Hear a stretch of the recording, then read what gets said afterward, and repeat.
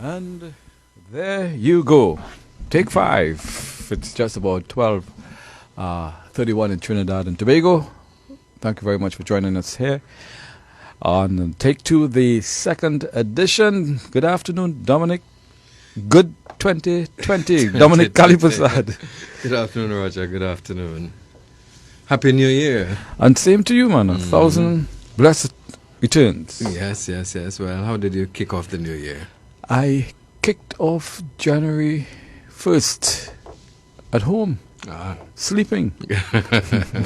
Good and safe. Good and safe. Secured at home. You know, Roger, New Year's Day marked the 100th anniversary of the abolition of indentureship scheme, and no one was told. I'm sorry, I didn't remember. It passed away so silently. Yeah.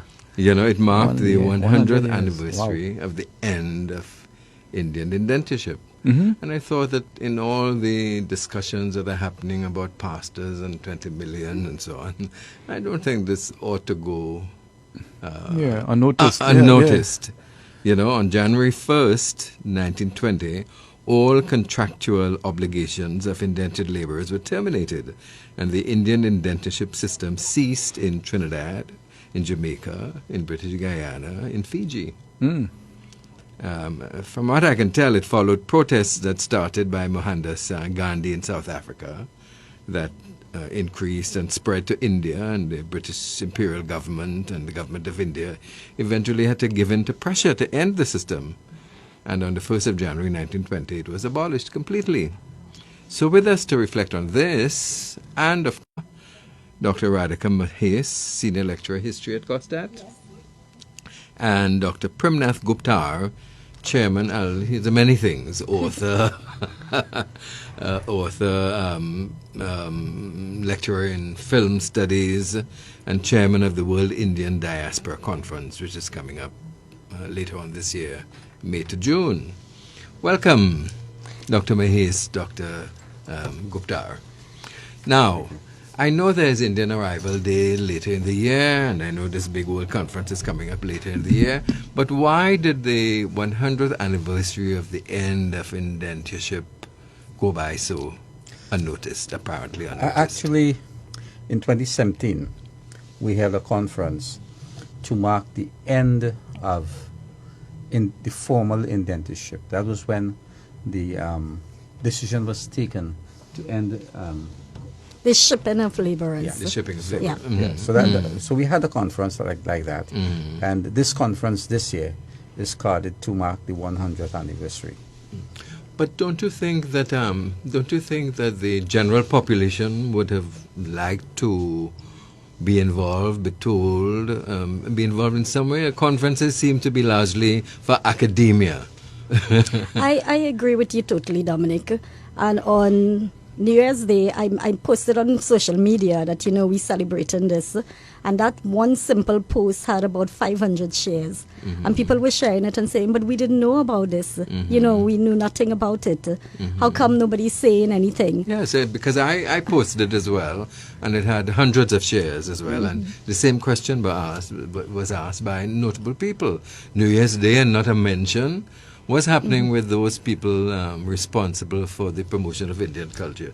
Any of you with the National Council for Indian Culture, NCIC? Yes. And why didn't they say anything? I think they did, They did, but no one noticed. No one noticed. I think what's our problem in Trinidad is we tend to celebrate things at particular time of the year. So anything with Indians and arrival of Indians must be celebrated in May.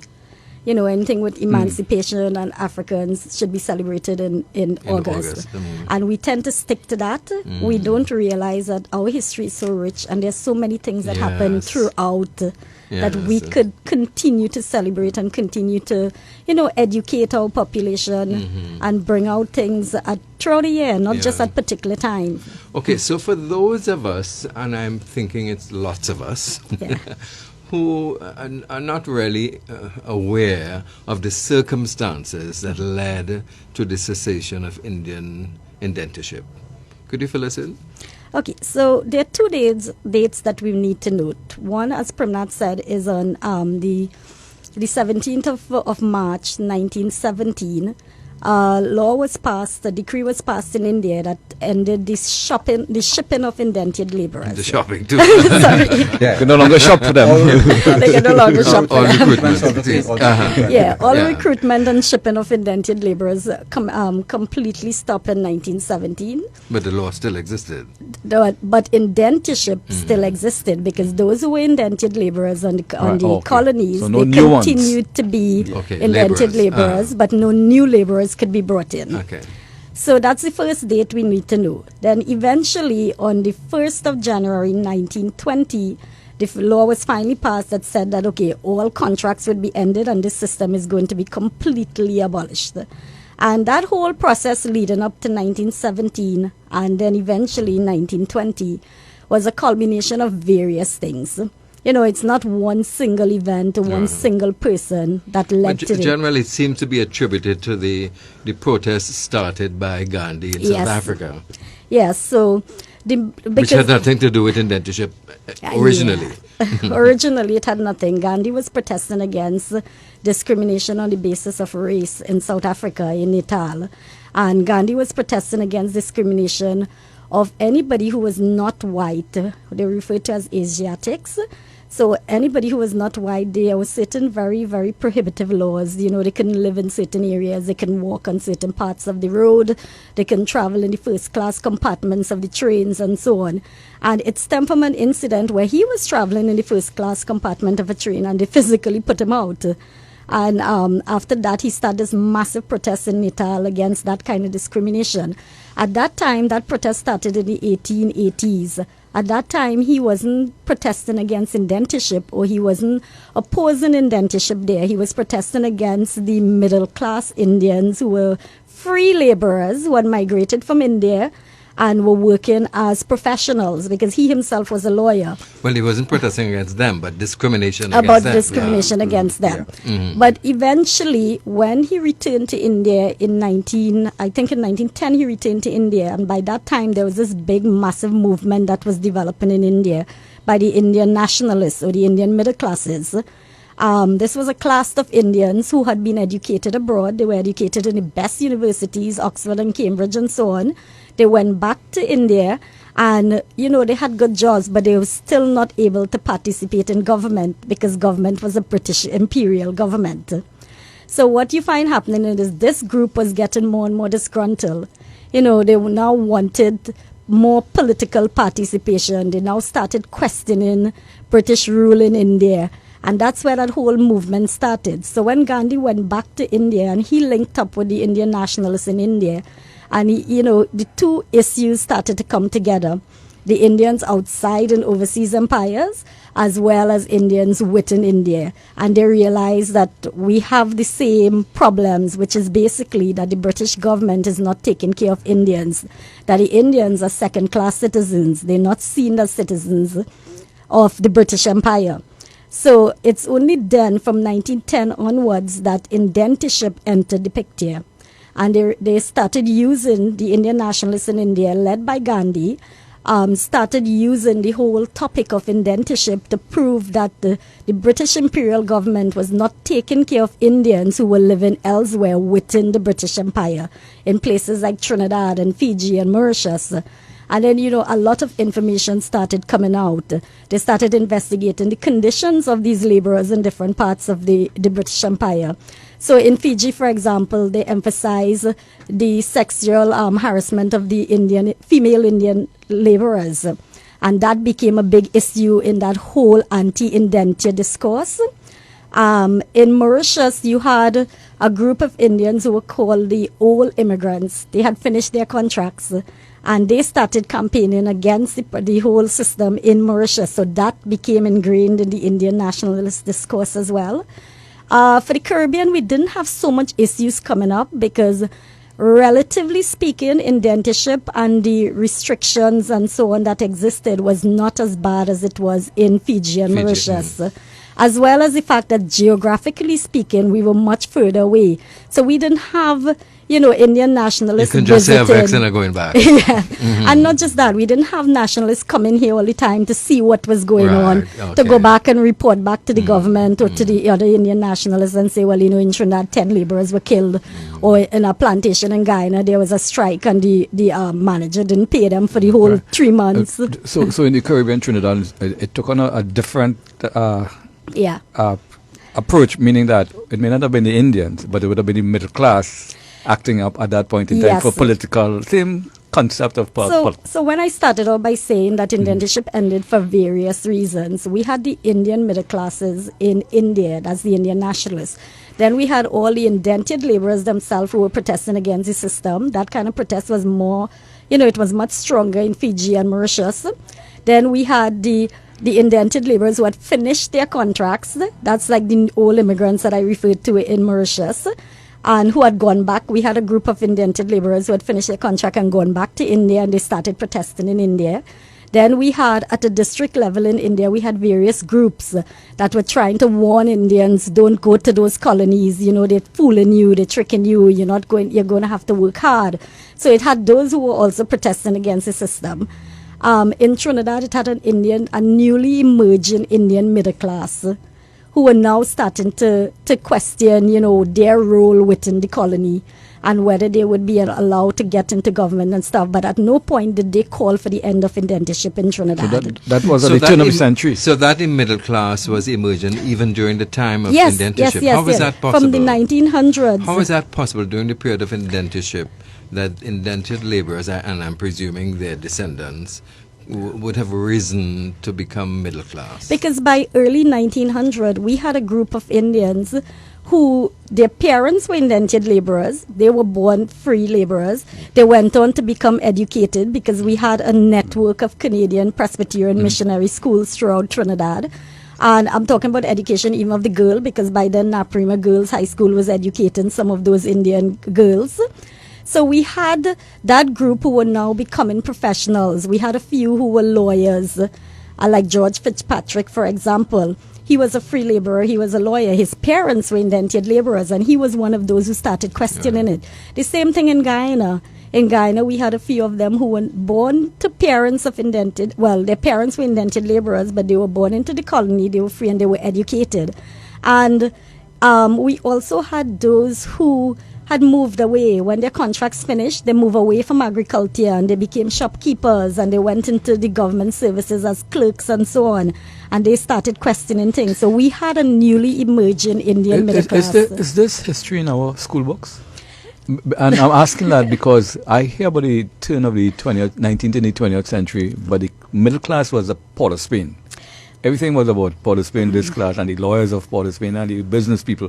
But I don't hear that part of the story. No, because in our school system, primary, secondary, we teach Caribbean history. We don't teach specifically history of Trinidad and Tobago. And even so, we teach Caribbean history generally from a British perspective. No, but For the most part, not even from our perspective. But is it in any history book? That part of the history, You've got this to go, middle class Roger, that you've got to emerged. go really looking to find it. Yeah. No, I mean, You've but got it's to there. really You know about it. Yeah. It's there. But it is there, Roger. It is there. It's there. But You just you've got have to to go look. looking to find it. It's But not- I had to ask this. Yes, we're talking about it came to an end, and there were the protests and so on that brought an end to it. But there must have been a response from the planter class. I would take it, let us be talking specifically about Trinidad now. The planter class in Trinidad who had employed, let's use the word employed, indentured laborers, they would have rejected. May not be happy. They would not No, have been they were happy. definitely They protested, not. didn't they? They did. But you see, and I always tell my students this, that indentureship in Trinidad was not ended because of economic reasons, like how slavery was ended. It was not that it was no longer economically viable or economically unnecessary. The planters in Trinidad, they were constantly complaining from the 1880s straight on. They only got like 40% of the laborers that they were requisitioning every year. So they always wanted more laborers. You know, they always wanted more than they were getting. So when in 1917, when they said that the shipment of labor, the shipping of indented laborers was now stopping, they had a big problem with that because they needed laborers. So this just tells me about the greed of the British. They got the slaves, they were not enough. Then they got all these indented laborers, that was not enough. Yeah, it's all British imperialism at the end of the day. Let me throw this in, just to get your comment. In doing some research, I remembered that Eric Williams had said that the Indians were not the first indented servants in Trinidad. If I quote, he asserted in Capitalism and Slavery in 1938 that the immediate successor of Amerindians were the poor whites. Yeah.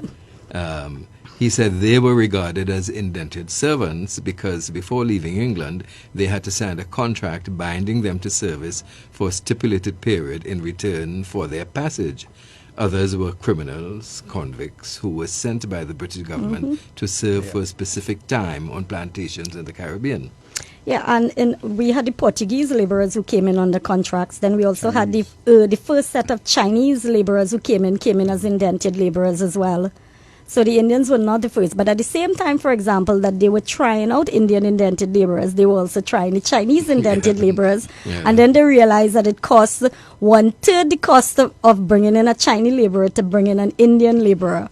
So, you know, it was what was cheaper for the planters at the end of the day. Yeah. And then Dr. Kwame Nantambu wrote that after indentureship, the Indian indented laborers received the same treatment from the Euro-British government that was afforded to the Euro-British poor whites or indented servants. 10 years after the contract ended, immigrants could return to India for free passage provided. But that's not correct, because the Indian ordinances for Trinidad were constantly changing. Initially, when indentureship started in 1845, it did have a stipulation that when they finished their 5-year contract, they could return to India once they had completed another 5 years in the colony. So they were re-indented. Right, they would re-indenture, but they had to spend 10 years and then they would be given a free passage. That did not last long. They And kept then they couldn't even changing afford- it. Right, they kept changing it. It went from full 100% return passage to they had to pay 75%, 50% until Strategies eventually... to keep you. Exactly, Yeah. because they wanted laborers. And then we had a whole group of laborers who could not afford to pay for that return passage, because although we glorified indentureship and we made it seem as if though they all got rich, that's not the case. There were many of them who wanted to go back, but they could not afford the return passage. Then there were also cases where once you were considered a destitute Indian, the government would pay for you to go back. And then when you go back, what do? Your villages may no longer be there. You don't have families or relatives to go back to. So many of them started squatting in Calcutta area, in an area called Matia Birds, which became one of the biggest slumming area. So, there were all those issues. In the end, only about approximately 25% of all the laborers who came to Trinidad actually went back. The majority stayed here. But it doesn't necessarily mean that they stayed because they chose to. There were those who wanted to go back and couldn't go back because the boats wouldn't come in to take them back. Some writings suggest not 25% but 10%. No, I calculated it from we have very detailed records. Every single ship that came had a list of all the indented laborers that came and went back.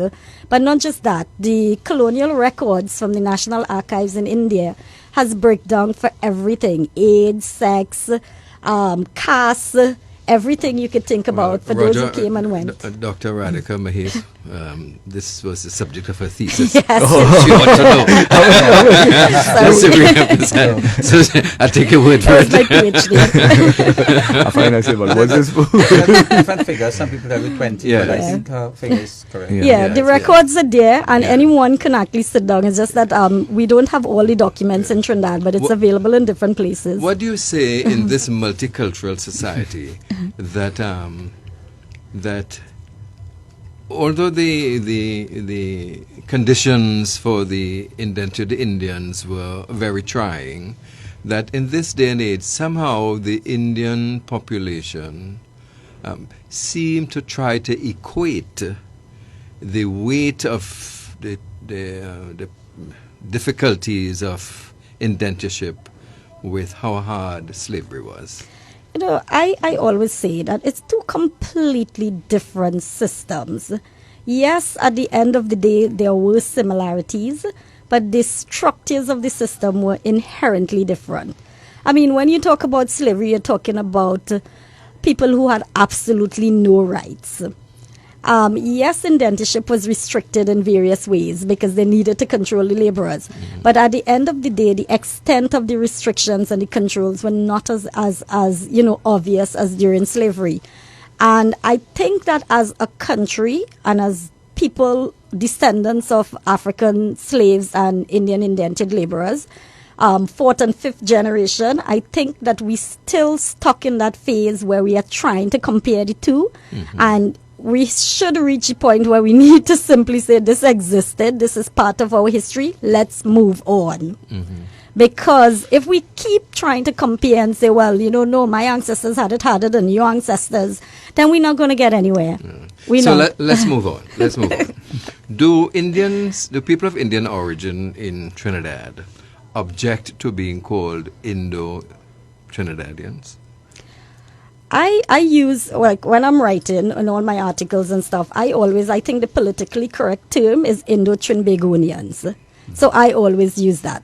I know that in recent times, in the last 15 or 20 years or so, maybe 15 years, the government of India have given that term people of Indian origin. But that is something that they politically try to establish. Sort of political speak, but yes. I think when we think about because identity... I read somewhere where somebody objecting and saying that I'm Indian of Trinidadian of Indian origin. I'm not Indo-Trinidadian. I think at the end of the day, it's how people identify themselves. I mean, yes, there's that concept of multiple identities, and you could identify a different level of identities, but we still have Trinidadians who are stuck in one particular way of identifying themselves, and they might be the one to object to it. But I think the best term to use that I have continued to use is Indo-Trinbagonians. Mm-hmm. Do you use that description of yourself? Yes. In all my writings, I also use Indo-Trinidadian, and even if we have to refer to Afro-Trinidadians, that's a term we use. Well, I have heard our African Trinidadians voice any objection to that. So, it seemed to have had an American origin anyway. Yes. But there seemed to be in some quarters some kind of objection to being called Indo-Trinidadian. But if it's there, it's in the minority. Well, the thing is, after how many years of indentureship and so many years of being away from the country of origin, India, some of the cultural practices may have lost or certainly been adapted and so on. And these Indians now resident who decided to stay in Trinidad and now mixing with other ethnicities would have started evolving their own kind of peculiar culture. I know that you have written that films, the emergence of Indian films, had helped in forging an Indian culture in Trinidad. Talk to me about that. Let's go back a little bit before that.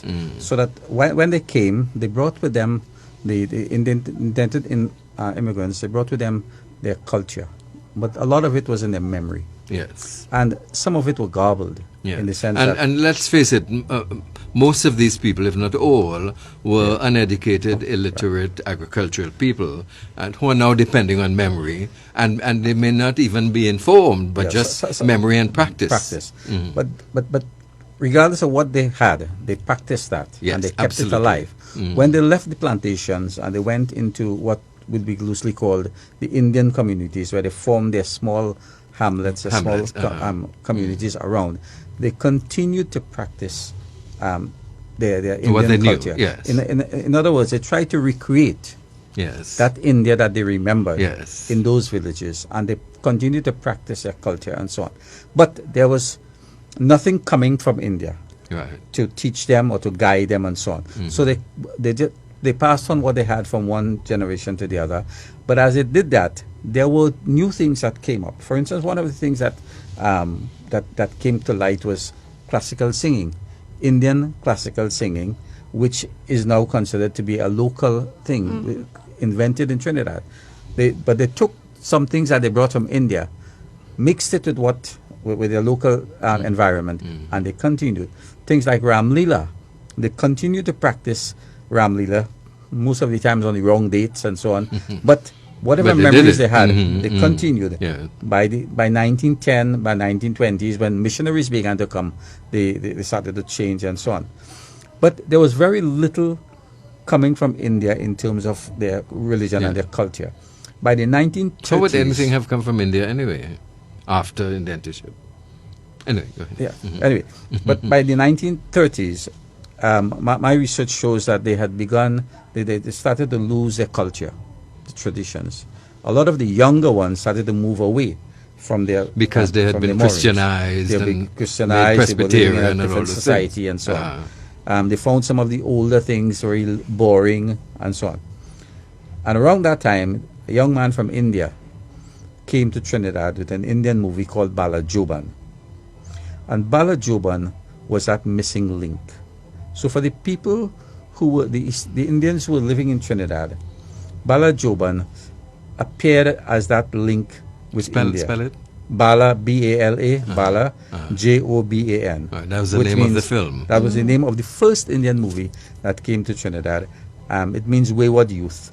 Okay. Oh boy, what a name. Yeah, anyway. But, it So that just was brought by whom? by Ranjit Ranjit Kumar. Kumar. Ranjit Kumar. He's a guy famous for helping build movies. Rice and Road and Rice so on. Road and so on. He remained in Trinidad, he settled, and he became a politician and so on. But An ancestor of Catherine Kumar, Catherine famous Kumar from the and so on. Chamber of yeah. Commerce and so on. In fact, we've written a book about him on the family commissioned a book on Ranjit Kumar. Now, so So he was the first one to bring a film. he was the first one An Indian film. with a guy called Said Mohammed Hussain from San Fernando, who went to India and met with Ranjit Kumar and encouraged him and told him, let's carry a movie to India, to Trinidad. There are lots of Indians. And that film would have been shown where? It was first shown at the Globe in Port of Spain, Okay. and then it was shown throughout the country. What year was that? That was That was 1935. 5. But one of the important So you things... see, it's not so long ago. I remember We're seeing still it. an emerging, evolving society. I was you in know. Pitt. Go ahead. For that, Indians were not known to go to the cinema in those days Yeah. because they lived in those areas far Right. from the cinemas, and they didn't go to these what you call the hard top cinemas. Right. They didn't. So for that movie though, they came out with bull carts, with trains, with whatever transportation, bicycles and so on. They came, and that created a whole new tradition among them, because one of the things I found is that what they saw in that movie, they thought that was India. Yeah, and then again, films would have been fantasy. Right. You know, Yeah. would not have been a true It was representation of India. but they thought that what they were Of seeing there course, was yes, the real India, yes. because they had been lost. There was that disconnect between them and India. Yes. And another thing that happened. So does that mean that from watching those kind of movies, Indian lovers in Trinidad started dancing around trees? No. Certainly not. But they took in my thesis, I focus on song, music, and dances. And what I found is that as Indian movies continued to come over the years, they took the songs, the music, and the dances from the movies and made it part of their culture, part of their new culture. And the older culture that was there, that they had brought with them, were pushed into the background as this. Now, one Or of the- fused. Yes, some of it was fused, but much of it was kept to the background. The other thing that I wanted to touch on here, but because they lived in those areas, the hinterland areas, and they couldn't come out to go into the cinemas and so on, as they would have liked, because it was very costly and so on, transportation was difficult. The tent cinema played a major role in popularizing Indian movies. Tent cinema. Tent cinema. The tent cinema, for those who don't know what the tent cinema was, there was this guy, Tilak Singh. He had 1 or 2 cinemas, but he had this tent cinema. Like a roofing cinema kind of Yeah. thing? So he went into these areas. Was this before Set- Calypso Tent or after? Or Yeah, I'm talking about the 1930s. Okay. So And he would go into these areas with his tent, set up a tent, or it might be under somebody's house, or if the weather is good, it could be under a tree, and set up most of the time it's tent. He would have these chairs and so on, set it up, use the Delco to get power, and show the movies in these areas. And he went from village to village. There were one or two others like him who came after, but that was one of the big ways in which they were able to Take it to the popularize. people. Yeah. But in popularizing the Indian movies and the songs and music, another group of people in Trinidad played a major role after the 1940s, and those were the mic men. You know, these guys with the mic on top of their The megaphones. yeah, the megaphones and so on, the horns. They played a major role in. Or they drove around playing music? Yes, they drove through the villages, and I'm doing a book right now on the mic men. When they drove through the villages, people would run out from their homes and stand up on the roadside to see this mic that was passing. They call it the mic, and so on. Men told me that women with flower in their hands would run out and stand up by the roadside. This was a big thing for them. And they played Indian songs. They played movie songs, film songs. So the film songs became the popular thing. And if there was any event anywhere, even government events by the 1960s, whenever there's anything that they wanted, and they wanted an Indian item, it was likely to be an Indian movie song, an Indian film song, which became identified. A staple. With the Indians, because of the work of the mic men, because of the work of the Indian orchestras, and so on. The people were humming and singing these songs all the time, and the culture that they brought with them, the older, some of the older songs from the Chattis, the Barahis, and the folk songs that they brought, those were gradually pushed into the background. They were not totally lost, because we still have some people who sing those songs and so on. But they were pushed into the background, and the new kid on the block was the When did film from the days of Kumar and them, when they took it through the tents, when did it actually emerge as a popular form of entertainment? I would say by the 1940s, because I'm talking about at cinemas. Yeah, by the 1940s. 40s? Around 1945 to 47, about 20 cinemas were built in most of the outlying areas. And that's when the British relaxed the code for building cinemas and so on, and they gave permission. You had about 20 to 25 cinemas that were built by the 1950s. Most of these were built in Indian areas for Indian movies. And most of these cinemas, they showed Indian movies on weekends. During the weekdays, they would show English movies, but on weekends, they showed Indian movies. And Indian movies became a big thing. In fact, people in the villages, these Indian villages, it was an identity thing for them to go to an Indian movie. If you were an Indian and you didn't go to see an Indian movie, something was wrong. So I ask, in my research, I ask people, so you went to see the Indian movie, but you didn't understand the language fully? No. They didn't understand Hindi as well as they should, most of them, but they went. So I asked them, but would you have gone to see a Chinese movie? Because Chinese movie was very popular around that time. There were a lot of French movies being shown in Trinidad. They would not go to see a French movie. They couldn't relate to it. I didn't know that there were Chinese movies. Yeah, there were Chinese movies in Trinidad. From 1922 onwards, there were Chinese movies in Trinidad and so on. I thought it was only when Wang Yu came. So when the Indians were brought as indented laborers, they worked primarily on the sugarcane plantations? Some worked on cocoa plantations also. In the Sangre area, in those areas, they had some Indians who went to work in cocoa and coffee plantations in those areas. So it was not only in cane. Okay. Yes, because in those who were in what's now St. James would have worked on the cocoa plantations around in Woodbrook and so on. Yeah. And how did Indians in Trinidad become involved in the jewelry business? Because a lot of that was something they brought with them, Some of these people who were indentured, they had a lot of skills. In fact, they brought their skills with them. And after indentureship, some of them went back to India, got their tools and so on, and came back. What? They had enough money to go back to India and come back? Yes, some of them went back to India, got their This is after indentureship? Yeah, after they had completed indentureship, some of them went back to India. And as Radika said, one of the problems. See, therein lies a big difference with the enslaved Africans. Yeah, they but- couldn't do that. but one of the They things didn't that have the financial resource to do that. Well, one of the things I found, that when they went back to India, to enter the village, they had to do a puja. The pundits in the area will tell them they had to do a special puja, because when you leave The puja India, is a prayer service. a prayer service. When you leave India to come out, you lost your caste.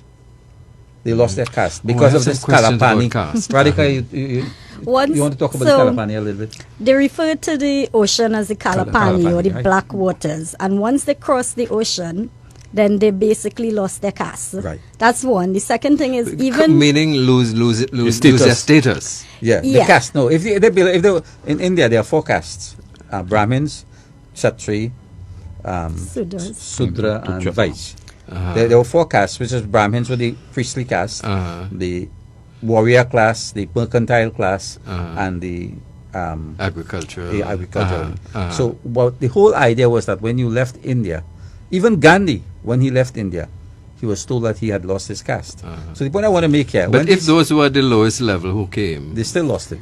No, what happened is the caste system in India is a very exclusive system. Sorry. So once you were born into a caste, you remained in that caste. You couldn't marry out of that caste. You couldn't come out of that caste. And there wasn't a lot of inter-caste interactions.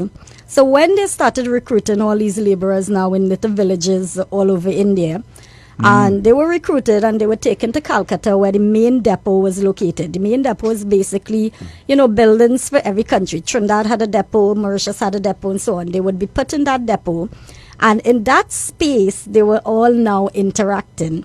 So if a Brahmin is interacting with an untouchable, then that Brahmin becomes polluted. And when you had that kind of interaction, it meant that your caste was no longer practiced in its strict form, so therefore you didn't belong to that caste okay, anymore. so this leads me to this.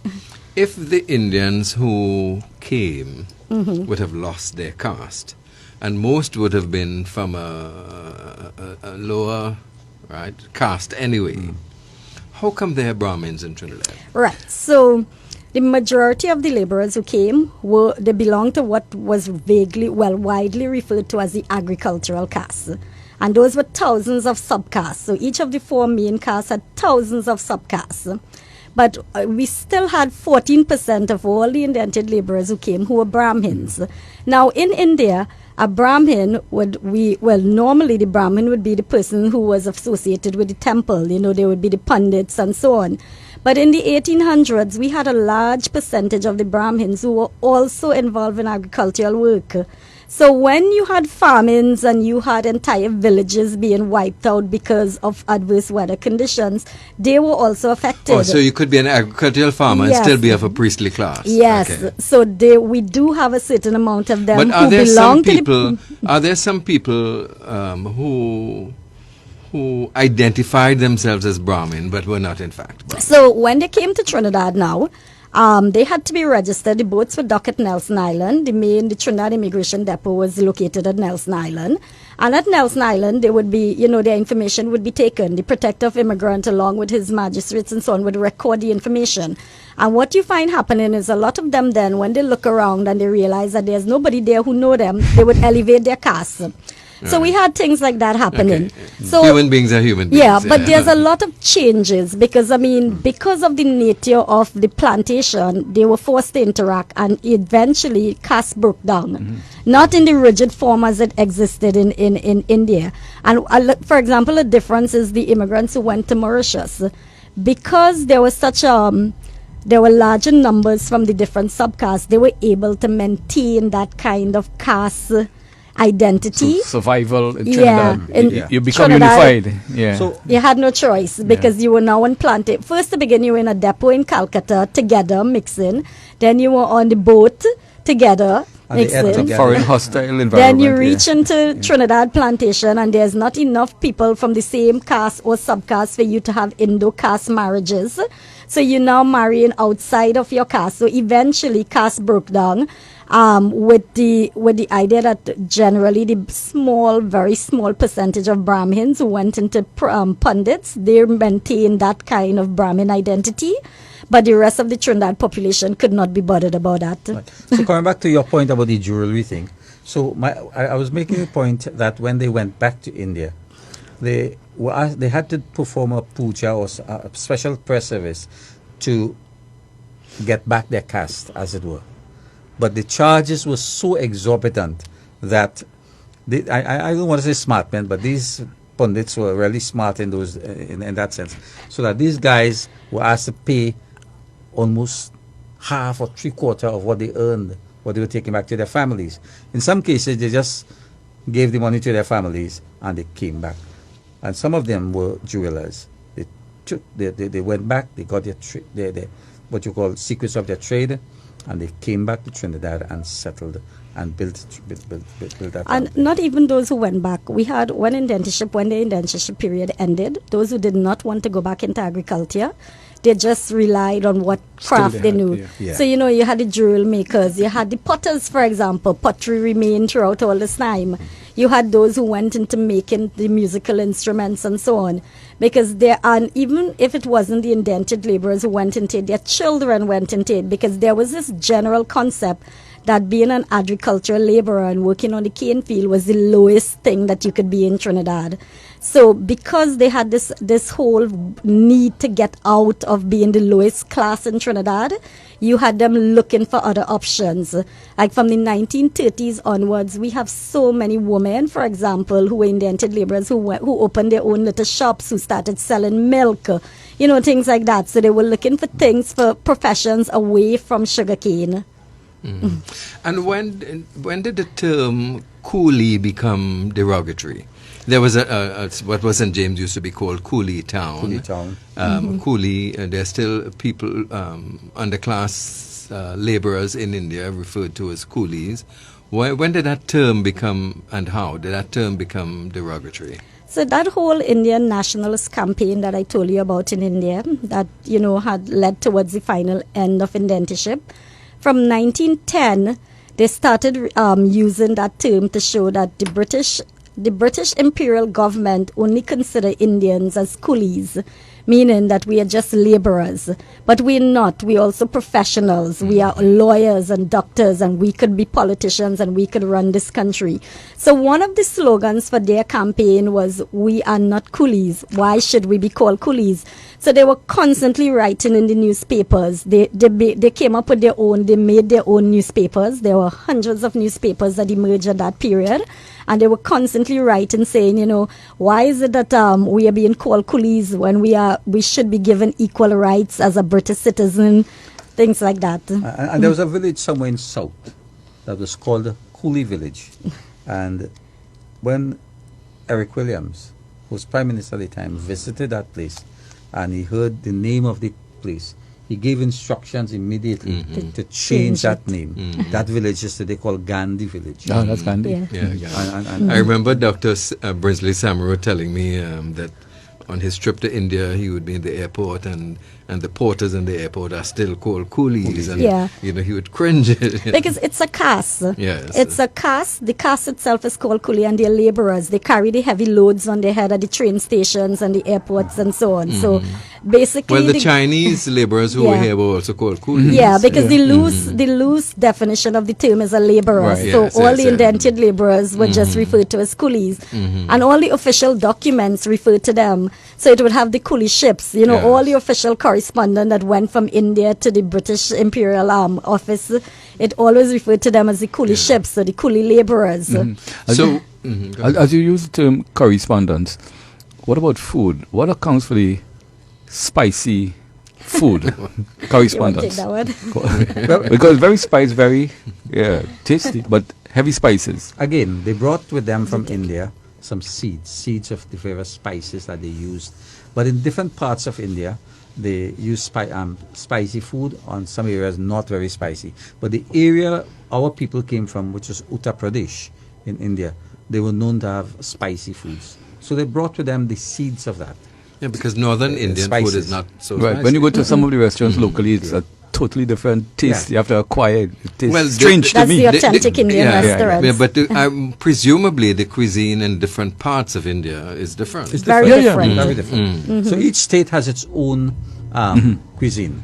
But the areas that our forefathers came from, which is basically Bihar and Uttar Pradesh, they brought with them those. No, but like let's say the wealthy class of Uttar Pradesh and so on, is it that they too into the spices, or is it was the working class that they had to maintain their meats and so on by seasoning, salting it and so on, no, or the upper class they had like ice boxes and so on? Spices was something that was common throughout India. That was what India was known for. Right. I mean, even In the trades. before, in the The days West of Indies was Columbus. discovered because of spices.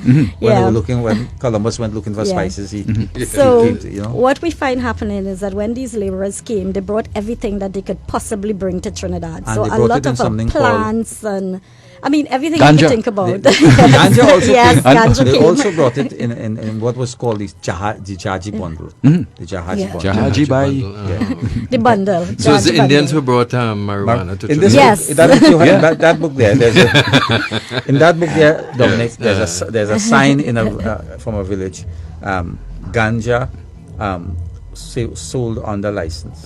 Yes. And the term is ganja. Yeah. Yes, That's it an is. Indian word, is it? It is, and India is known as for the best quality ganja in the world. St. Vincent. I'm looking for you, Judge. So actually introduced it to Just the to West. point out, he made reference to the book, and his book is called Nandi Village, an East Indian village in central Trinidad, presumably a fictitious village, and written by Dr. Primnath Gooptar, with an introduction by Professor Princess Hammer. Yeah. Now, back to this post-emancipation period. You spoke about the emergence of the middle class. To what can one attribute this emerging middle class? Is it the Anglicization of the Indians, the indoctrination of Christianity? How did that emergence evolve? I think education had a lot to do with it. Most of it. Because by that time you had these Presbyterian mission, the Canadian mission schools that were starting, so many of the indented laborers, they would work on the plantations, but they would insist that their children, at least their boy children, go to these schools. And as they get educated, they wanted better for their children. So they wouldn't want their children to go into agriculture with them. They would want them to go and get at least a primary school education, and they aspired to be clerks in the Now, the stores. Canadian missionaries came specifically to target Yes. the Indians and make them Christian. So you took advantage of They that. took advantage of that, and education was their means to upward social and economic mobility. And I think that was the main thing for them. I'll give you an example. Now, with the girls. Africans who were here at the time didn't have that opportunity. Not school during slavery, definitely. Well, post-slavery. Yeah, they did have. They had the government schools that were built in the post-emancipation period. But these Canadian mission schools, they targeted the Indian children specifically. And even when the Indian parents were suspicious of sending their children to these schools, what they did is they brought teachers from India who would teach in Hindi. And, they named their churches in Hindi names, like Suchma Cha, for example. So it was meant to make them feel that, Yes. you're in familiar setting. Like even the giving out of Christmas treats at Christmas time Yeah. in schools and so was started by the Canadian Yeah. Mission Presbyterian, to give out these little trinkets at the that they will school come children and back. so on. They will keep And- coming to school. They will keep coming to school, and we now Trinidadians think it's a very Trini kind Like of thing. Naparima to give Girls out High treats. School, for example, there was a dormitory at Naparima Girls High School, and there were quite a few Indian mothers who in Trinidad who couldn't afford to take care of their children because they were so destitute. So they were constantly writing to the governor of Trinidad saying, I have a daughter, she's 6 years old, I can't take care of her, please take her. And they would put these girls in the Tacarigua Children's Orphanage. There was also the Belmont Orphanage. And when the orphanage became too full and they didn't have space, they started putting the older ones at the Naparima Girls High School dormitory. So the most destitute girls, Indian girls in Trinidad, were now the first to receive a high school Look education. at that. And they went on to become the teaching assistant in NAPS Girls and within the Presbyterian schools. And that's how you had the emergence Well, of that that's quite class. a story. Roger, I wonder if any our Yeah, listeners want to 622-3937. You mentioned St. Mary's Home. The connection between St. Mary's Home and the children. That's how St. Mary's emerged. I mean, eventually it morphed into a full-scale orphanage. And it's really But sad. it was built primarily for the Indian Yeah. children. Yeah. Well, I'm fascinated that because you had the most destitute of the yeah, Indian girls. you had so many parents, mothers especially, single mothers. Their husband died, or their husband went with another family and so on, that they were writing to the government. They were saying, I can't take care of my child. Yeah. Please take my Let's child bring from our me. listeners into this discussion. Good afternoon. Caller, good afternoon. Pleasant good afternoon to you. Let me start by saying how proud I am of the Indo community of Trinidad and Tobago. I mean, sincerely proud. The commitment that they have shown to their history, the type of unity that still exists even up to today. Look at the early part of the program, Dominic, you and you posted, because you didn't want that thing to pass unnoticed in terms of the 100th anniversary. And therefore that pride that is exhibited by persons of Indo descent, my hope is one day the African community, and especially those in authority and those who have high office, would feel that connection with the African situation, though it's a more negative situation in terms of the history, but will feel that connection and be proud and have that pride to do similarly. The question I want to ask, though, in terms of indenture, I want to understand the meaning of indenture, in the word itself, indenture. Why indenture laborer? Why that word was given? And also, I want to ask the question, there are those who are saying that Mr. Gandhi, and I want to see if this is true because you have a historian there, that they say that Mr. Gandhi was actually, apart from doing the good work he did, was actually involved in levels of racism in South Africa. Is there any truth to that? Thank you. So the word indenture means contract. So it was simply an indentured contract. And That's they were all. called gurmitiyas. Yeah, the Hindi word was gurmatiya, which meant contract. So, but indenture is a contract. With Gandhi in South Africa, So they were the first contract workers. yeah, they were contract workers. They signed contracts. They signed contracts when they left India, and then they signed contracts when they reached the respective colonies. Yeah.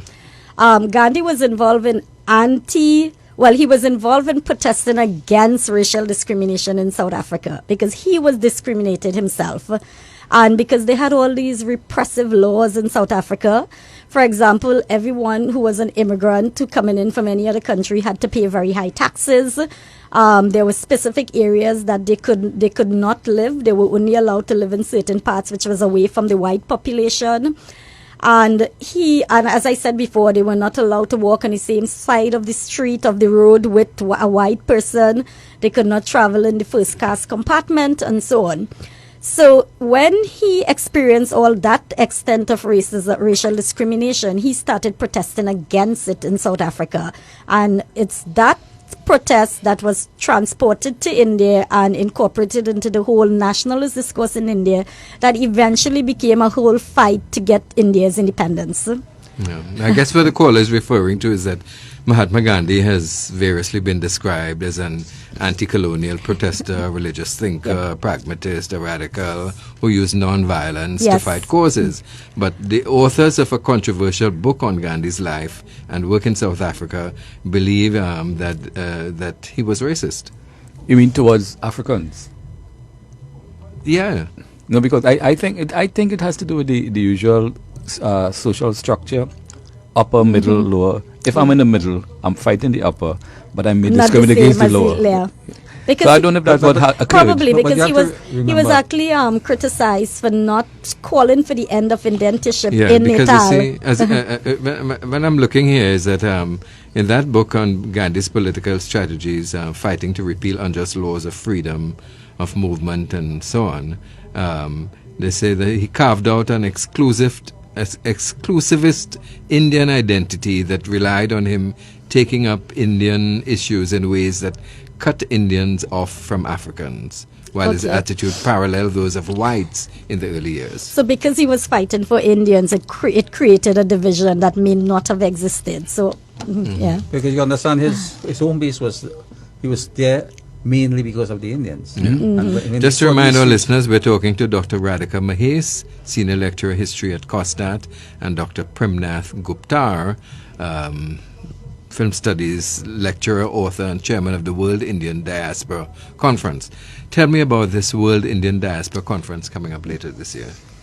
Well, as I said, over the years, they've had a lot of conferences, diaspora conferences, they've been called. This one is specifically to commemorate the 100th anniversary of the end of indentureship.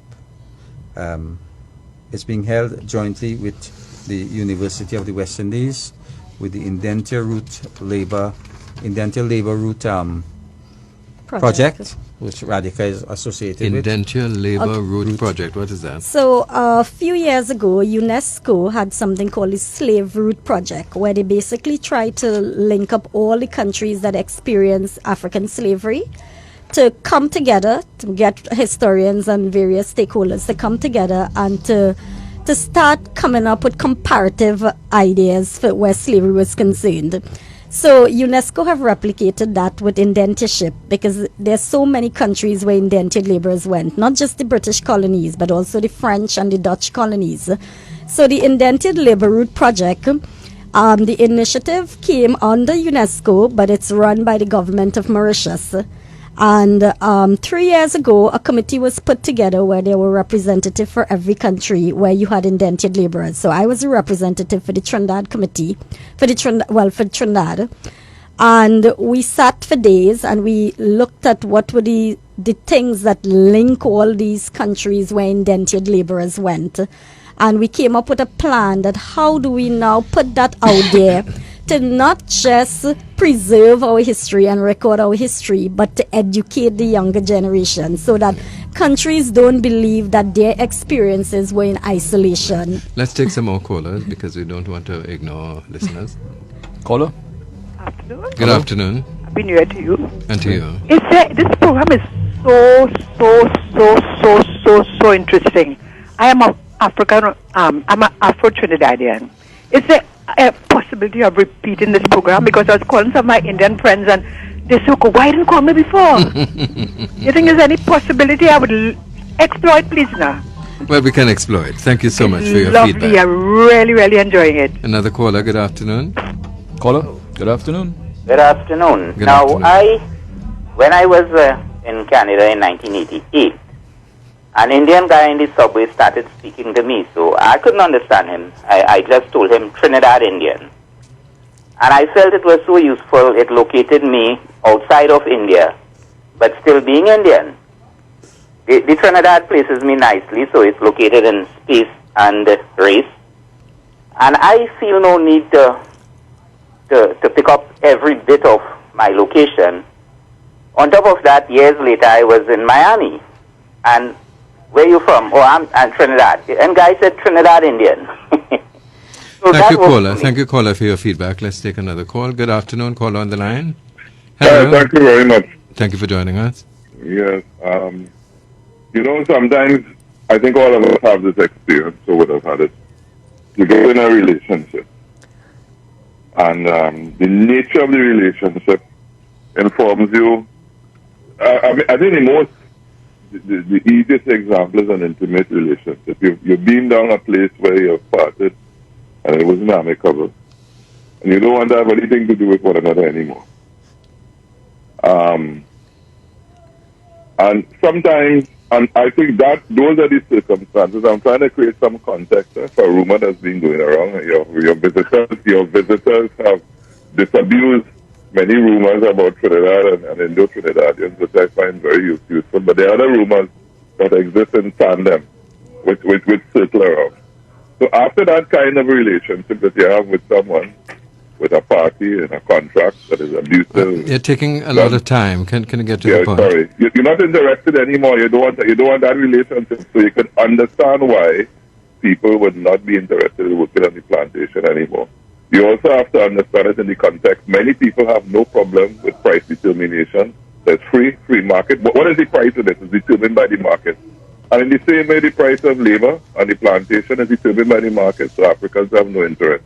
And the fact that it was a system that was oppressive and just fair, the fact that people are petitioning the Presbyterian Church to take their children. So because there's a rumor, a myth about Africans being lazy and unproductive that goes hand in hand with this Indian indentureship narrative that I think is important to address in the economic context of never has. The wages were starvation wages. They were wages that nobody has had the history of slavery would want to participate. And I'd like to thank you all by saying that this is a very excellent and seminal program. Is outstanding. You have done also the one with Dr. Samaru, the one with Dr. Ferreira. And I'm amazed that your station, although they're making their program in tandem with the public, refuses even to provide the material for fee, although it claims that it has a mission to educate. But I can get a free university lecture from the University of London anytime I want on demand. Thank you. Goodbye. Thank you very much for calling. Dr. Mahase, how would you respond to all those things that he said? It's a lot. I'm not too sure what I'm responding to actually. The caller did make that point about, people didn't want to stay on the plantation, and we could understand that. But it's not just a matter of not wanting to stay on the plantation, it's a matter of wanting better life for your children. He also spoke out the narrative that paints the African as lazy as opposed to being and that one is interesting, because when the Indians laborers started coming, like in the 1800s, later 1800, from the 1870s onward, it was quite interesting that the African laborers were the ones who were looking down on the Indian laborers, and they were saying, but look, you are where we were. We have come out of that. We're no longer on the plantations. And they, the whole narrative changed. So it was the Indians who were seen as lazy and unproductive and so on, as opposed to the Africans at that point.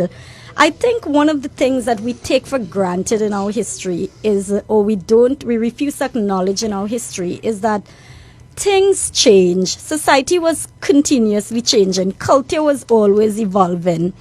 And the whole dynamics between Africans and Indians was not something that remained static. It changed throughout the period of indentureship. It changed after indentureship. It's even changing today. Every time we have an election coming up, we see that change. So I think that's one of the things that we need to take into consideration, that our past doesn't mean that that is all we are. It is something that just influences our present, but the way in which we proceed and we move forward is up to us as Trinbagonians. So what do you say to those people who, when you start talking Indian stuff or you start talking African stuff, people get labeled as being racist, as opposed to being racial, which is not necessarily a bad thing? So being racial doesn't mean you're being racist. And I think one of our problem again as a society is that we're quick to talk about Indian stuff or identify ourselves in a particular way. But so many of us have never been to India or to Africa to know what it is really like.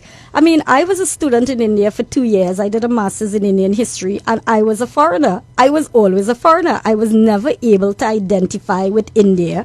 I knew I was a foreigner. Yes, I was very happy to be in a place that, represented so many things that I got from my ancestors, and very proud of that, especially the cultural, the religious cultural part. But at the end of the day, the India that we perceive is not necessarily the India that might exist. And Primnath was talking about culture, and he's talking about the mic and the films and so on. And we see that even today. We have just replaced the mic with the big truck. So we have a big truck culture now. When we have religious, Hindu religious ceremonies and tradition festivals in Trinidad, we see the big truck. For Ganesh Chaturthi, we have the big trucks going with the Ganesh Murti to the sea to immerse it. And then instead of those earlier films, we now have Bollywood culture. So we are starting to celebrate things in Trinidad because we see it in Bollywood movies. And now you have Chutney Soka. So, it's ever changing. It's not static. But I wanted to make a point. You raised an issue there about these slaves and so on. But it's not quite clear to many people that when indented immigrants started to come, they began to arrive in Trinidad, and wherever the indentureship system was there were African slaves on the estates also. A lot of them remained there. Some of them continued to live in the same barracks, and in some cases they had to actually be evicted. They could have only stayed if they were allowed, if they agreed to work on the plantation. But because they didn't have any place to go at the end of slavery, they continued to stay there, but some of them were put out. And do Indian people still look down on people of mixed race, African, Indian, what we call Douglas? Well, I don't know. You said that they still, so I don't know if they ever did look down upon them. Maybe there are situations where some families may not embrace them as they should. But I don't think that they'll. As far as I grew up in a little village called Brazil Village, where we had it was a mixed community, and I never saw that there. Dr. Mahase? I think that is something that is determined, one, by class and by economics to some extent, as well as by religion. So you'd find that a lot of the communities that are still very inclusive communities might be more opposed to interracial marriages. But again, look at Carnival in Trinidad. Who do you see out on the streets playing Carnival? You know, you don't see that kind of differentiation occurring at Well, our you know, Trinidad is a country of contradictions. Yes. At Carnival, all of we is one, and at Yes. election time, we're not one. Well, and that's it. Politics have a big role to play. Right? Yeah. So we started to talk about the conference a while ago. Let me just get back to the conference. So this conference, as I said, has been held under the auspices of the National Council of Indian Culture, the Indented Labour Route Project, and the Department of History, University of the West Indies. And this conference comes off from the 29th of May to the 1st of June this year, and it will be held at the National Council of Indian Culture. That's the Diwali Nagar site in Central there. Last year we sent out a call for papers throughout the world for responses for the conference, and I'm happy to say that we've had over 55 abstracts being sent in. What are abstracts? Abstracts are people who want to present a paper at the conference. Okay. So we've had over 55 of them, which is overwhelming because we could probably accommodate just about 40, 35 to 40 of them. Okay, so you oversubscribed. So we oversubscribed, and we're very happy about that, but we'll find ways and means. Okay, so what is the objective of this conference? Again, it's for people to present papers and to talk about the 100th anniversary of just what we're doing here today. So what are you going to cover in the conference? Let me just give you some. Are you going to risk everybody's coming to talk about the same thing? No. There are different panels that we have in the conference here. The main idea behind the conference is to encourage dialogue from these scholars from all over the world. It's an international conference from scholars from all over the world who are working on the post-indenturship and post-indenturship societies. And, as well as to kind of determine how do we move forward. It's to encourage comparative discourse. Again, not that what happened in Fiji or Mauritius is isolated from the rest of the world. So we want scholars to come in and we present on a variety of themes, and the focus is on post-indenturship. So let me give you some of the idea of the themes. One of them is historical perspectives. Another one, emergence of multi-ethnic nations and societies.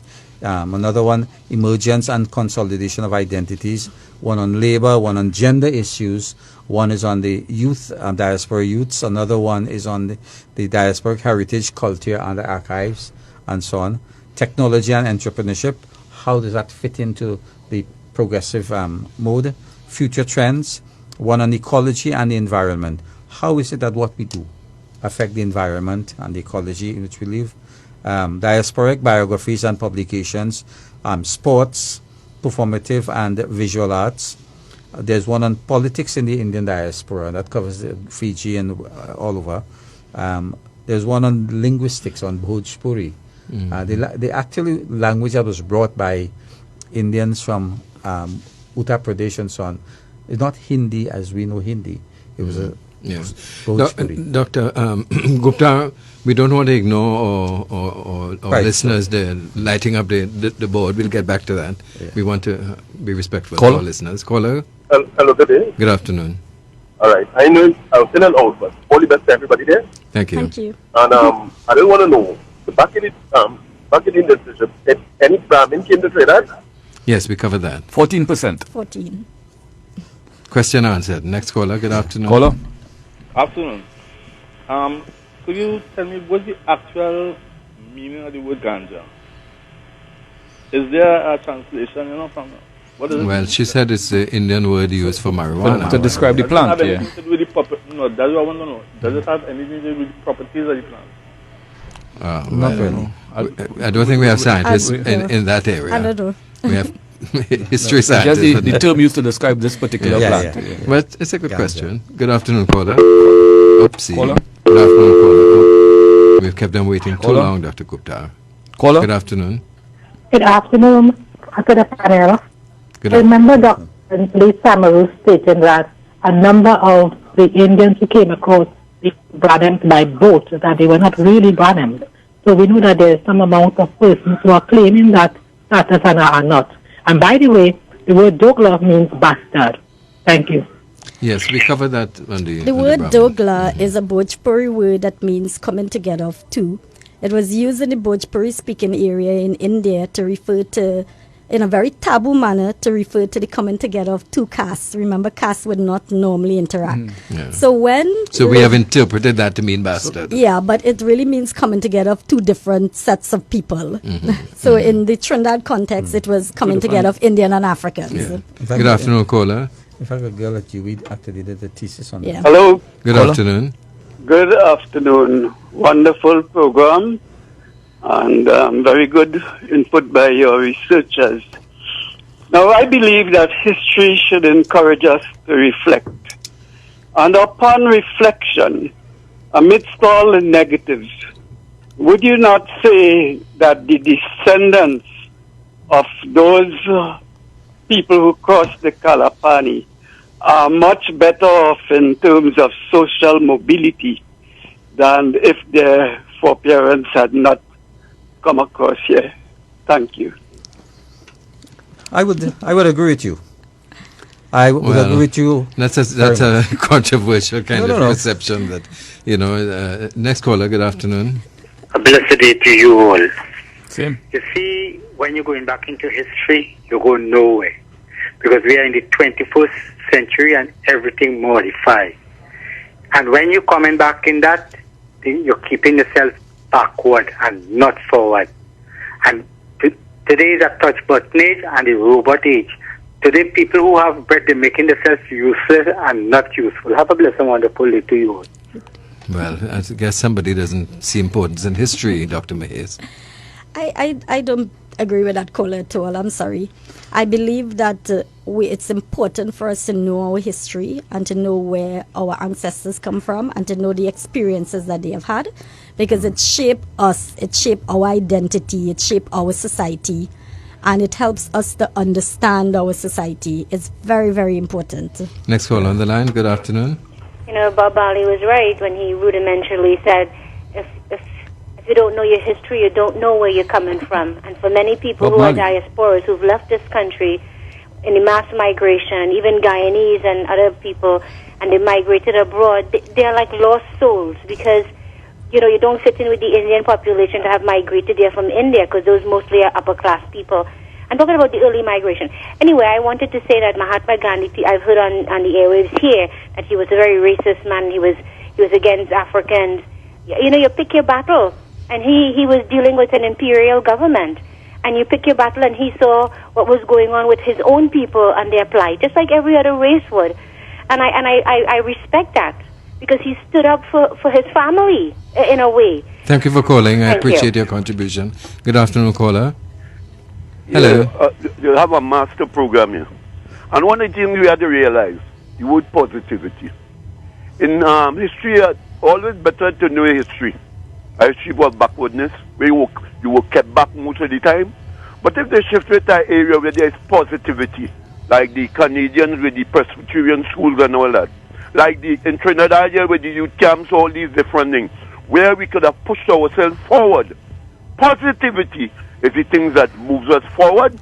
And as we watch our history before and present, the ones who get the good opportunity, who make use of their good opportunity, where the governments, they could even take over in the positions in the governments and keep moving their future forward, being the lawyers, the doctors, the everything. And if you notice, the people who do have the opportunity, especially family opportunity, where you have the unity, where you become economically viable to transport your people forward. The ones that could transport their people forward economically, psychologically, and sociologically, always do the best. Look at the example of China. They got their opportunity and they're pushing forward, especially with artificial intelligence. And the word intelligence, positivity. we move forward in that direction. Just to remind your our program. listeners that we are having this discussion in view of the 100th anniversary of the abolition of Indian indentureship. You were telling us about the conference coming up. Yes, and as I was saying, there are the different panels, and it's interesting, because we have panels that are talking about the politics in the Indian diaspora. We have those that will be talking about sports, how Indians have been involved in sports in wherever in Trinidad or any part of the world, and even the visual arts and so on. So there are different panels, and people have been asked to present papers on several of these panels. When is the conference being held? The conference is being held from the 29th of May to the 1st of June And where? 2020 at the NCIC. Which is? The other name? The National Council of Indian Culture. No. The common name. The common name is Diwali Nagar. The Diwali Nagar I side. see. Okay. As you mentioned, sport. What explains why the Indian community in Trinidad and Tobago gravitated towards, let's say, cricket or volleyball or certain sports? Have you ever explored that? No, I've not done any kind of research on that. In fact, I don't think anybody have really explored that. That's an excellent idea, topic to look into. Why did they gravitate? Yeah. I would think that it had something to do with economics and where the opportunities were due. I don't think that it's a deliberate construction per se. I think it's probably just something that emerged because of opportunities. And maybe as we progress and, there are more sporting opportunities available throughout Trinidad now, maybe we would see that something disappearing. But it's a really interesting topic that I would definitely like to look into one day. In terms of the family today, now the Indian community in Trinidad and Tobago is viewed as being very family-oriented, meaning Aji and Aja, Mausi and Mausa, mother and father, children, grandchildren, 2 or 3 generations in the same year. Family. In the same year, Yeah. so it's tight. It's a tight unit. What explains that? I think one, it's that whole concept of culture and identity and heritage that keep that family, keep those people together. I also believe that indentured laborers came with certain values that have continued, and that is probably one, that whole set of tradition and family values that have continued.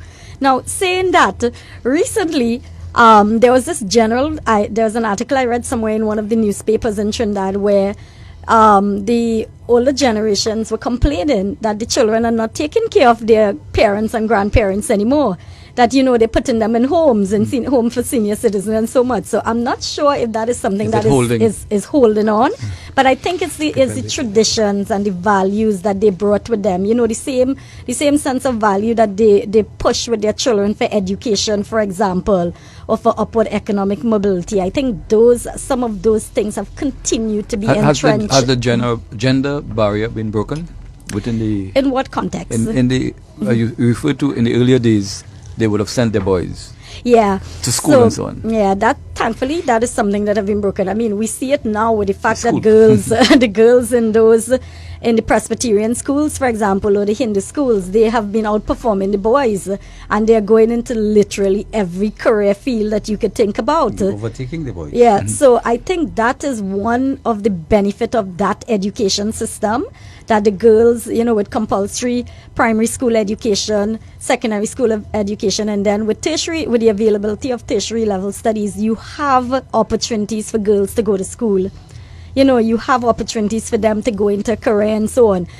It doesn't mean that it doesn't come with contradictions, because there have been so many studies that show that while the women are becoming educated and they have career, they still have to go back to being the traditional housewives and taking care of the children and so on.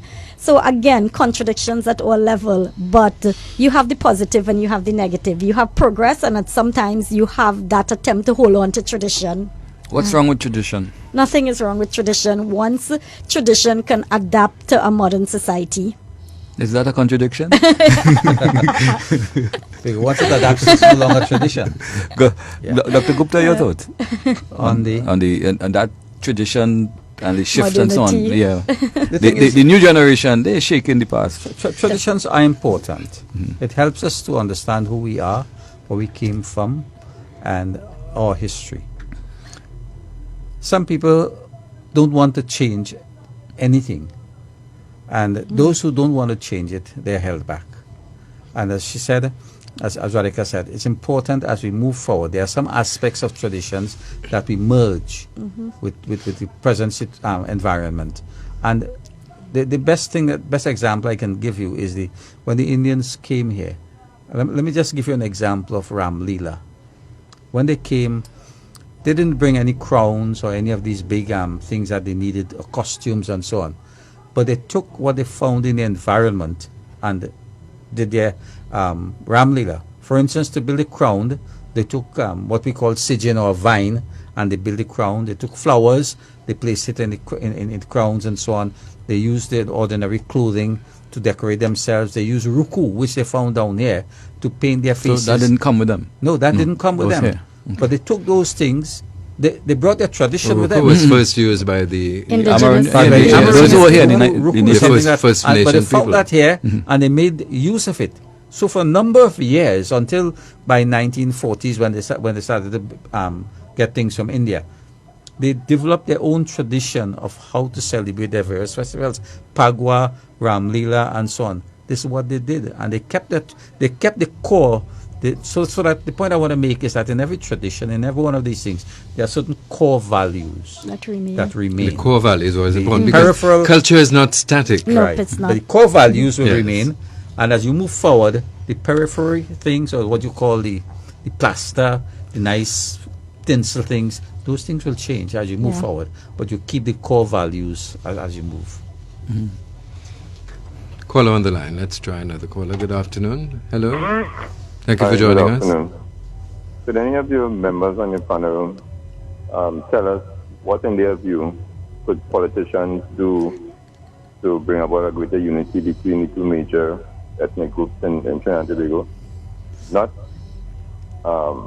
ideological things, but real, everyday, day-to-day things that politicians can do to bring the two ethnic groups closer together, and to create what we always talk about, this thing about in Trinidad, about unity. Dr. Mahase, the question of the day. Do politicians want to bring about unity? Are they interested in bringing about the two ethnic group if it doesn't work for them? I think that's a more important question, because at the end of the day, our politics is based on ethnicity. And until we reach that point... So you're saying our politics is based on divide and conquer? Yes, it is. And that is something that we have seen throughout. We saw it during the indentureship period, keeping the two ethnic groups, the two major ethnic groups separated from each other in order to control them. It's something that continue to exist today. And I believe that as long as we have those two main parties, and we have that agenda that these parties But the PNM, though described as African-based, has been inclusive from the beginning. The UNC would claim to be the same. The COP would claim to be the same. But at the end of the day, the politics that is being practiced reflective of what they are claiming to be. It's where they think the numbers are. Yeah. What do you think about Mr. Pandey's comment, alienated? That the Indian community was alienated for years and so on. You know, that's something that you keep hearing even today. You know, there are a lot of the old members of the older generation who still feel that the Indian community is being alienated. And if you talk to the younger generation that is coming up, they would tell you the opposite. So again, it's a very complicated thing. It's based on experiences. If you grew up in that time where you felt that you didn't have opportunities based on what your identity or your ethnicity was, then you would go through life feeling like that, and that would have been your experience. The younger generation today, they don't see that. They see it as, you know, everybody's equal. We could go and we integrate with everybody. So I think... so within the next 10, 20, it will be a completely different narrative so. being spoken. Another caller on the... I was going to say about that caller who asked that question, that will come in time. That time has not arrived as yet. But in time, maybe the next 50 years or so, I guess more people mix and intermingle in public Exactly. schools. And, Maybe with more yeah. interaction. Well, certainly more education, more Education. understanding of one another. Yeah. And I think that education comes from sitting next to you. When I started to sit next to you, I realized, but what I heard is not true. Yeah. Or Yeah. why is my grandfather and your grandfather Practical fighting? education. Well, you know, Roger, That's one of the reasons for bringing people into public schools. Yeah. To mingle. when you were a schoolboy, if you took a roti to school, you'd be hiding it. Now roti is a national dish that people are boasting about. That kind of change happened. Roti and doubles and so on. But part of the problem is the geography of the land. So that the Indians settled in a particular area, the Afro-Trinidadians settled in a particular area. And they have kept that so for a long while. And that's one of the reasons you have the separation, because of the geography of the country where people reside. Yes, but that can raise the argument about the PNM government plays housing schemes in Chaguanas, certain areas, in order to manipulate the voting base and so on. But our discussion today is not about politics, although we can't avoid the subject. Let's take another caller. Good afternoon. Caller. Good afternoon. One quick question. In terms of the caste system, did any Brahms is Brahms called? Brahmins. Yeah, came here in terms 14%. 14%. We covered that 14%. At least twice during the program. And I remember Professor Another Kojo caller on the line. speaking to Good that afternoon. Caller. Good afternoon. Good afternoon to the panel.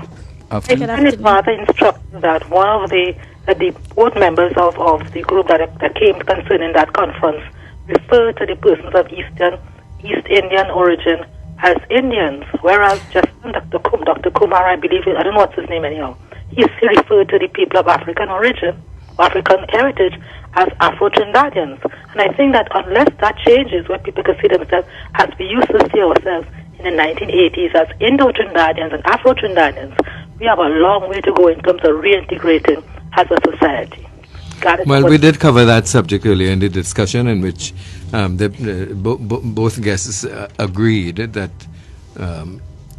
Afro-Trinidadians and Indo-Trinidadians is the term that they use. Caller. Yes, good afternoon to the panel.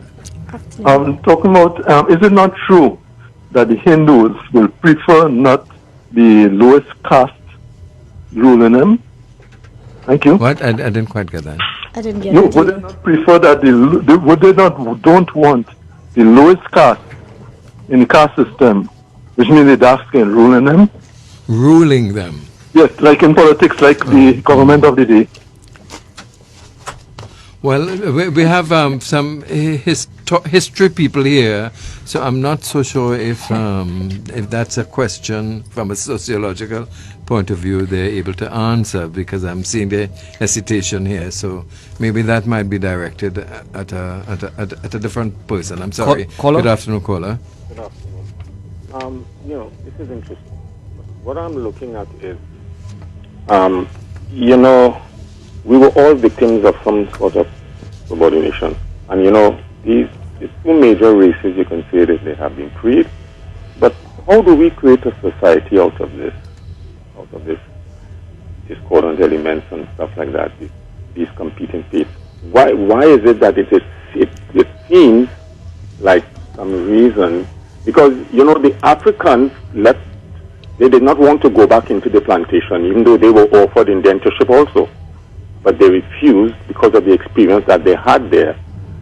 They did not go back. But they were still able to educate themselves, even though they both, the indentured laborers and the Africans, were not educated, particularly in the English education system in the early, but they were able to educate themselves and raise themselves. But we have a situation where it would seem that for some reason the Indians refuse to assimilate in our society. And why is this? This is my question.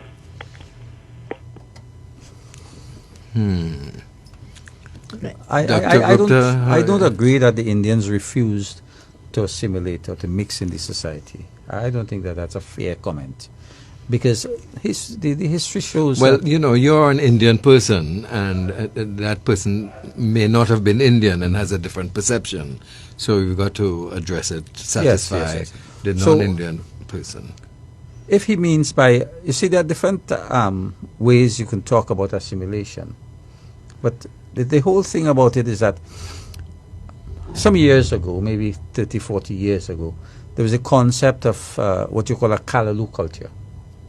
And there were people in the society who were pushing this idea of a Kalaloo culture. And it meant that to be a Trinidadian, you had to be you had to give up whatever you had.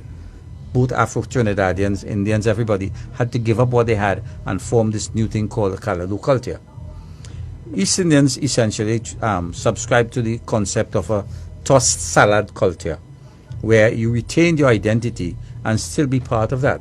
So in that sense, yes, I would say even Afro-Trinidadians, Chinese, everybody is part of that tossed salad culture.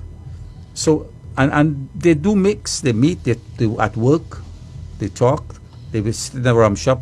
I'm on the ground, I see people, they sit, Afro-Trinidadians, Indo-Trinidadians, Chinese, they will sit in the same rum shop and sit down and drink and quarrel and cuss and get on for the whole, but they get along. So tell me, as we prepare to wind up, I want to conclude where we began and make reference to the point that this is a big anniversary and you're having a big conference directed at academics, and the average Joe Trinidadian is none the wiser, not involved, and not given an opportunity for further education. It's open to the public. The conference Yes, will be open to the but public. you're telling people you're having this big conference of academics and so on. Average Joe is hardly going to go. I mean, there are certain people of interest, people with will interest come. are going You to have a go, good people will turnout. come. Yeah. But I'm saying this is not addressing average Joe on the street. I agree with you, Dominic, and that is why it's so important that things like this happen, conversations like this happen. But this on was the not media. even on your initiative. This was on my initiative. Yeah. So we need to make a more concerted effort that throughout 2020 we highlight this aspect of our history as well as other things that have happened, not just NCIC but at all levels. So maybe this is where the Ministry of Education can come on board and say, well, let's have a special something in our schools, maybe a competition that students are aware of it. So we have to Why celebrate must it it at be different government? levels. Why must it be government to do No, these I'm not things? saying that it should be government. I think all relevant stakeholders need to come on board and do things. So the NCIC is doing an academic conference, but clearly that's not enough. To get to the majority of the students, it would be good to do it through the ministry. But there are different groups, different organizations that And could then come it on board. The seems- media could come on board as well. It seems that the activities may well be geared towards Indians talking to Indians. Right, and not Indians talking to people outside of the community. And that's exactly what we need to be conscious of, that we are talking about our country's history, not Indian history. But you mentioned some 50 people applied to participate. Yeah. Where are they To coming present from? papers. All over. All over the world? Yes, All over the we world. have presenters from Fiji, from Mauritius, from India. We have quite a lot from North America, From the Netherlands. from England, from Australia, the UK, so Suriname, all over. Guyana. So it The truly is an Caribbean. international Yeah. conference. Because there's a network of scholars and academics throughout the world who work on Indian diaspora, Indian migration, South Asian history, and this falls within that whole context. Yeah, and there is an opportunity to collate all of this research. And because information. the conference touches on so many different things, politics, economic, society, culture, everything, you have people who also working in those fields and universities all over. So you're right, it is an academic conference. But there are other ways of reaching the public. Yes. I mean, you can do the conference can be Facebook Live. Other ways. As part of the conference, we have a outreach program on the Monday, that is, where presenters are taken into the communities, and this is where they're able to get in, meet and greet people in the areas. For instance, in Rio Claro, Princestown, Pinal, Sangre Grande, and so on. So presenters are being asked to participate in Oh, this. well, then that's and good. this way we go out into the so people who can't come out, we go to them and they are able to talk to them, present the thoughts. And would you be inviting other Trinidad and Tobago stakeholder groups Definitely. that are not necessarily of the Indian community? So we should mention No, that just have an open invitation, say Yeah. everybody could come. Everybody it's could different come. to saying, Special I invite. invite you from the Emancipation Support Committee, I invite you from the Chinese whatever, I invite different people to come